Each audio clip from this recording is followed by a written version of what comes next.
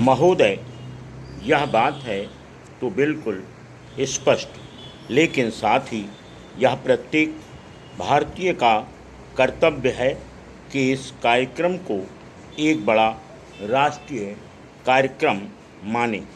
मैं नहीं समझती कि जनता का कोई भी वर्ग अनुसूचित जातियों और जनजातियों तथा अन्य पिछड़े वर्गों की आवश्यकताओं की अनदेखी कर सकता है। जो कुछ भी हमें करना है वह निश्चय ही मानवीय दृष्टिकोण से करना है। समाज में आधिकारिक एकता लाने के लिए करना है, लेकिन बुनियादी तौर पर इसलिए करना है कि जब तक कोई भी एक वर्ग वंचित रहता है तब तक राष्ट्र वंचित रहता है, तथा अगर राष्ट्र को और मजबूत बनाना है, और मैं आशा करती हूँ कि सबसे अधिक इस उद्देश्य के लिए सभी दल एक साथ हैं, तो उन लोगों की समस्याओं की ओर सर्वाधिक और तत्काल ध्यान देना हमारा कर्तव्य है, जो दमन के शिकार रहे हैं और जिन्हें अब तक भी समान अवसर उपलब्ध नहीं है।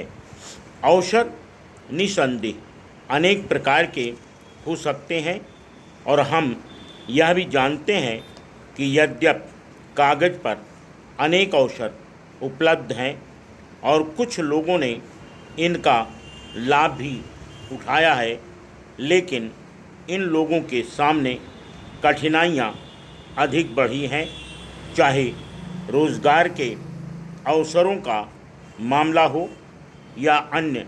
उन्हें उनका फ़ायदा पाने के लिए कहीं अधिक कठोर परिश्रम करना होता है। यह बात किसी भी समाज के ऐसे सभी वर्गों पर लागू होती है जिन्हें दमन का शिकार होना पड़ा है, और यह समाज में पाई जाने वाली विषमता का ही एक अंग है।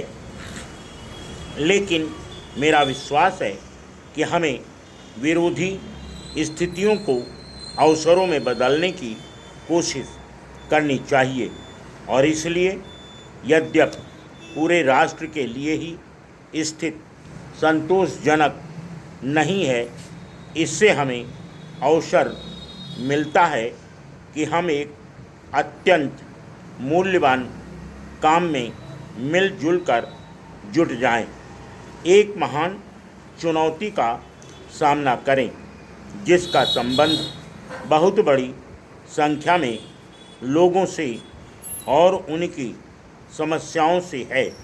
यह एक बहुत बड़ी चुनौती है, और अगर इसका सामना कर सकें तो वह पूरे देश के लिए बहुत बड़ी विजय होगी। मेरा विश्वास है कि हमारी ताकत तभी बढ़ती है जब हम चुनौतियों का सामना कर सकें। इस तरह जहां हमारे सामने कठिनाइयां हैं जिनका सामना करने की कोशिश हमें करनी है, कभी सबका एक साथ और कभी एक एक करके, मैं नहीं समझती कि स्थिति ऐसी है कि हम हताश हो जाएं। Full stop.